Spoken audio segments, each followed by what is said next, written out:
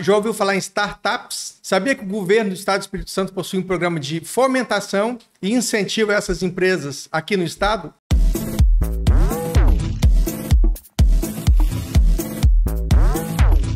Olá, estamos aqui para mais um podcast Mundo Digital e hoje nós temos aqui a presença do secretário de Tecnologia do Espírito Santo, Bruno Lamas, que vai estar conosco falando sobre fomentação a startups e também qualificação profissional aqui no Estado do Espírito Santo. Queria agradecer primeiramente, Bruno, ter aceito o convite de estar aqui hoje com a gente no podcast Mundo Digital.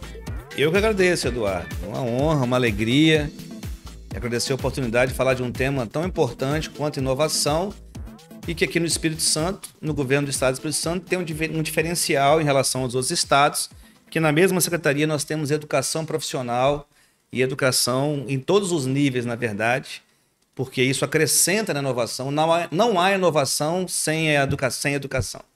Então, a gente queria começar te perguntando quais são os programas de incentivação a startups que existem lá dentro da Secretaria de Tecnologia.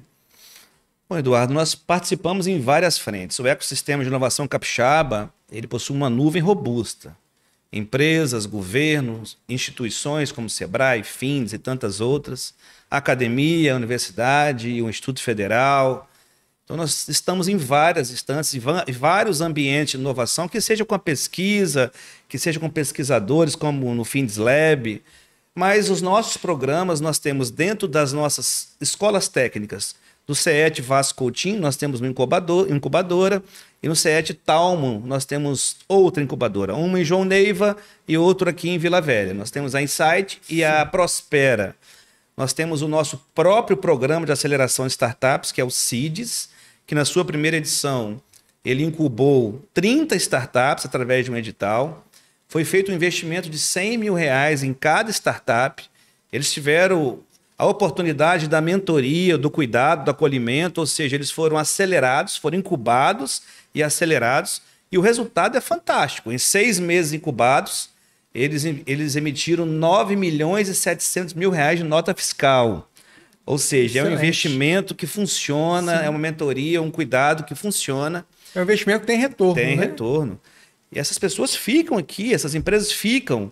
A maioria ficam no Espírito Santo, e passam a empreender. Ou seja, é um investimento na inovação do bem. E nós vamos lançar a segunda edição do CIDS agora, aí dessa vez na nossa própria casa, porque o governo do estado inaugurou o Hub ES+. Eu conheci, muito bom. E você esteve lá na inauguração. É um hub público, um hub social, é diferente dos demais. Sim. Ele é da população, ele é aberto, ele é público. Então, nós temos da economia criativa ao nosso programa de aceleração e até mesmo a educação profissional vai passar por ali, além dos Sementes do Rio Doce, que é uma parceria com a Fundação Renova, onde nós vamos, através de um edital também, selecionar startups, acelerar, incubar e buscar soluções para os impactos na margem do Rio Doce, fruto lá do desastre, né, ainda de Mariana.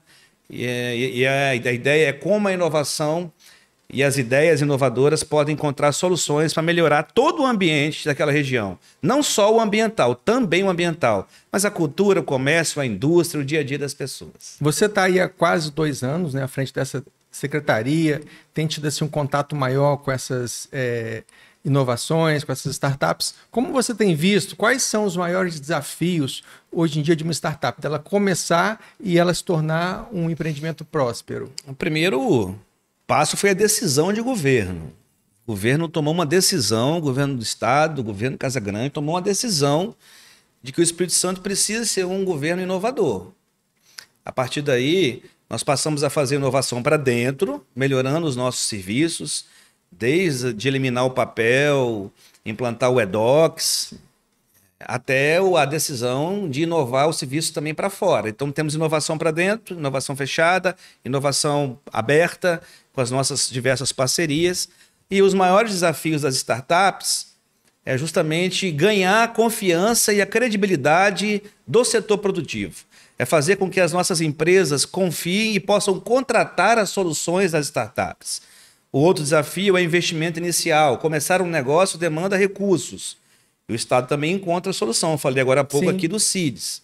Então, nós estamos nesse processo de dar mais robustez ao ecossistema capixaba, de fortalecer os nossos programas, de apoiar financeiramente as startups e de conectar o que elas criam, as soluções dela com o setor produtivo e com o próprio governo do estado, que é consumidor também das soluções inovadoras das nossas startups que estão voando, ganhando prêmios no Brasil e fora do Brasil. Eu, por exemplo, que sou dessa área de tecnologia da informação, direito digital, às vezes eu sou consultado por algumas... Sou professor universitário também, então tenho muito contato, né, com a academia, né? Sou consultado por alguns alunos que têm intenção de criar uma startup. Por exemplo, teve um aluno meu que criou um aplicativo para identificar boletos adulterados. Olha. Quem nunca foi vítima de um boleto adulterado, Verdade. né? Então, ele criou esse aplicativo, criou uma startup, né?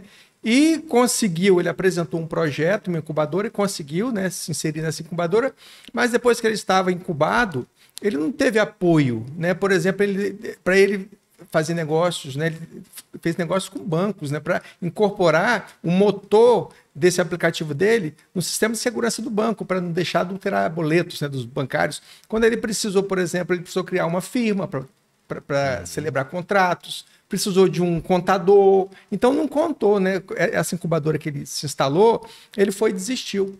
Né? Ele desistiu e agora está em outro projeto, né? O projeto aí do chamar Radar Online. Aí eu te pergunto, qual é o apoio que as incubadoras, né, da Secretaria, né, ligada à Secretaria, ligada ao Governo do Estado, dão para uma startup que está em início de processo? Bom, primeiro, a responsabilidade do Estado é chegar em todos esses ambientes. O Estado é o timoneiro, o Estado dá o ritmo, financia, apoia. Nós fazemos isso. Mas ele tem opção, essa startup, essa empresa tem a opção de participar dos nossos programas de aceleração. Eu falei agora há pouco de um deles. É ficar atento aos editais, porque nós vamos alcançá-los. As boas ideias precisam ser alcançadas.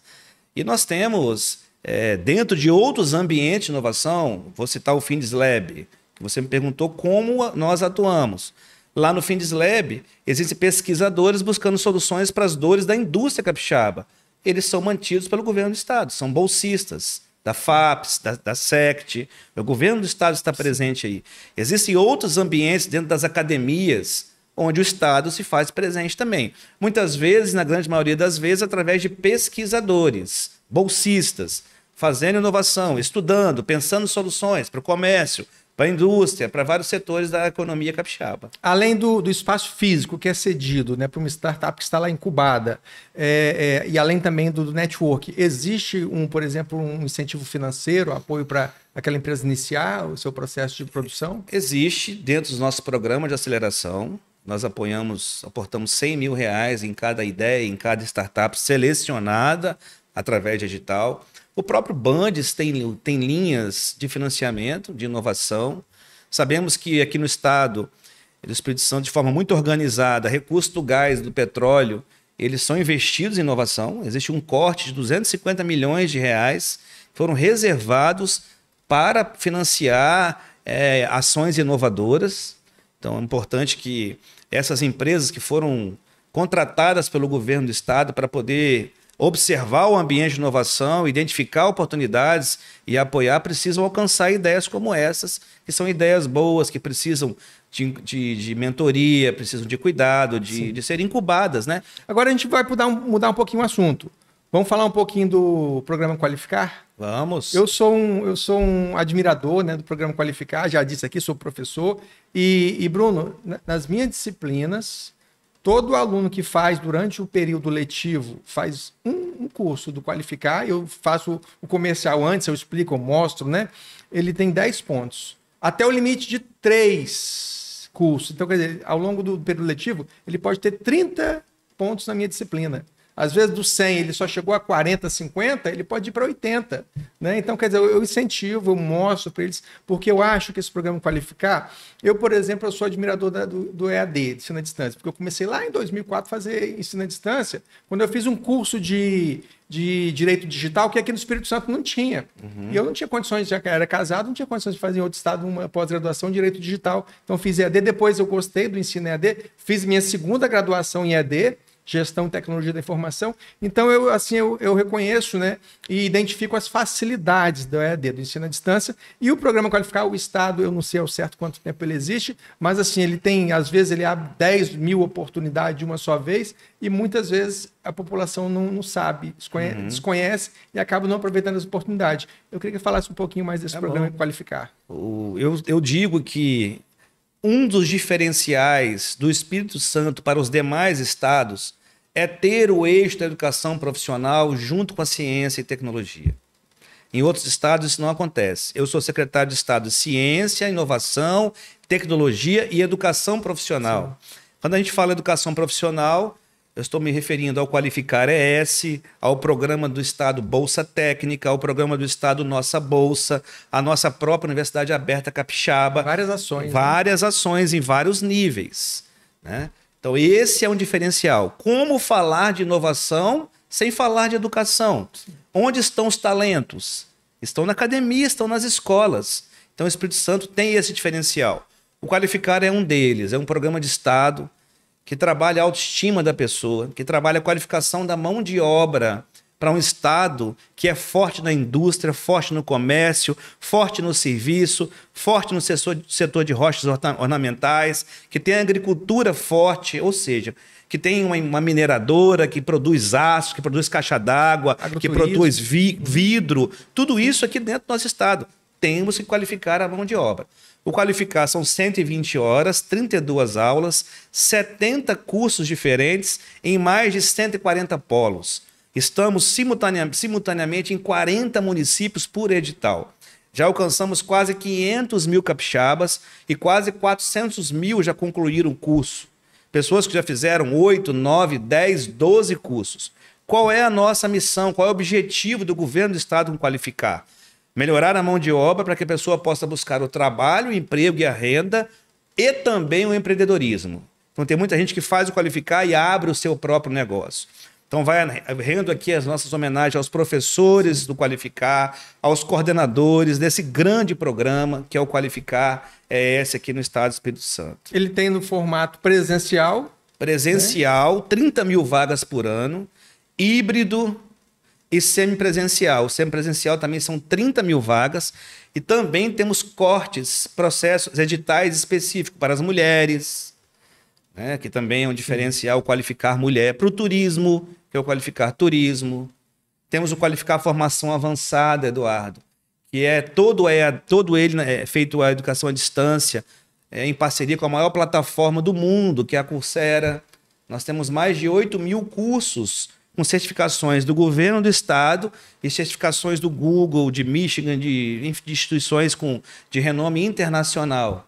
Então, o que não falta é oportunidade para as pessoas estudarem. Eu, por exemplo, nas minhas aulas, eu sempre falo para os meus alunos que é importante, eles acham que fez o ensino médio, porque eu dou aula para o EJA, que é Educação de Jovens e Adultos. Eles acham que terminou o ensino médio, está resolvido, acabei meus estudos. Falei, olha só, eu falo para eles, ensino médio é praticamente obrigação. Então, você tem que incorporar o seu currículo, você tem que colocar ali no seu currículo um curso lá Qualificar, curso de logística, curso de auxiliar de administração, curso de informática, curso de tudo que tem ali. Isso aí que vai te dar um diferencial. Eu costumo falar isso para meus alunos. Eu acho que tem esse papel também, né? Não só de professor, mas de educador. Por falar em educador, eu tive um problema há uns 15 dias atrás, que eu levei meus alunos para o laboratório de tecnologia para ensinar eles a utilização da inteligência artificial. ChatGPT. Aí eu vi lá que estava bloqueado o ChatGPT. E a tecnologia, hoje em dia, as pessoas precisam, eu sempre falo que a inteligência artificial não vai substituir o ser humano, mas pessoas que não utilizam inteligência artificial serão substituídas por pessoas que utilizam. Sim. A inteligência artificial não vai tomar o emprego das pessoas. Entre a inteligência artificial e a entrega ao ser humano. Agora, dados comprovam que até 2027, de cada 10 brasileiros, 7 vão ter que passar por um processo de readaptação, precisa aprimorar a sua mão de obra para a inovação, para a inteligência artificial, que veio para facilitar a vida das pessoas. Então, o que a gente precisa trabalhar, nós estamos focados nisso, de fazer a inserção das pessoas no mundo digital, que é o nome aqui do seu podcast, não é à toa, né? Porque é uma coisa que veio para melhorar serviços, melhorar entregas à sociedade. E nós vamos juntos, de mãos dadas, fazer essa transição, a inovação tecnológica, que é muito importante. E aí me permita falar da educação profissional. É lógico que a educação regular é importante. Eu não estou aqui para estimular, muito pelo contrário, a pessoa tem que estudar. Justiça social, você falou, só teremos justiça social através da educação. Uma pessoa só vai ser igual a outra, ter a mesma oportunidade com a outra, se ela tiver educação. E aí eu me refiro à classe social, a gênero, a cor da pele. Justiça social vem com inovação, vem com educação, perdão. Perfeito. Inclusão. Inclusão. Então, é bom estudar, fazer a faculdade, fazer uma pós-graduação, mestrado, doutorado, mas a educação profissional tem me encantado. Os salários de quem cursa educação profissional geralmente é maior. A educação profissional tem puxado o PIB brasileiro para cima, comprovadamente. A pessoa tem oportunidade depois de fazer a sua graduação, a sua pós-graduação, e tem uma conexão muito forte com a inovação. A educação profissional tem uma conexão muito forte.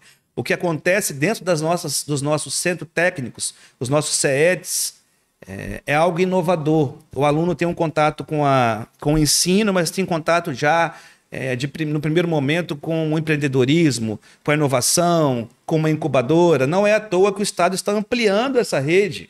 Hoje nós temos o Talmo lá em João Neiva, o Vasco Coutinho com 13 cursos em Vila Velha, mas nós vamos ampliar para Vargem Alta, para Castelo, para Afonso Cláudio, para Iuna, para Guarapari, para Serra.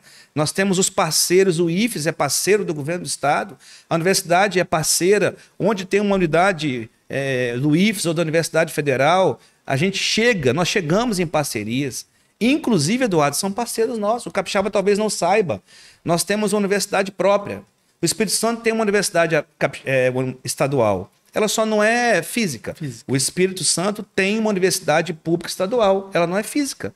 Ela é em polos, em parceria.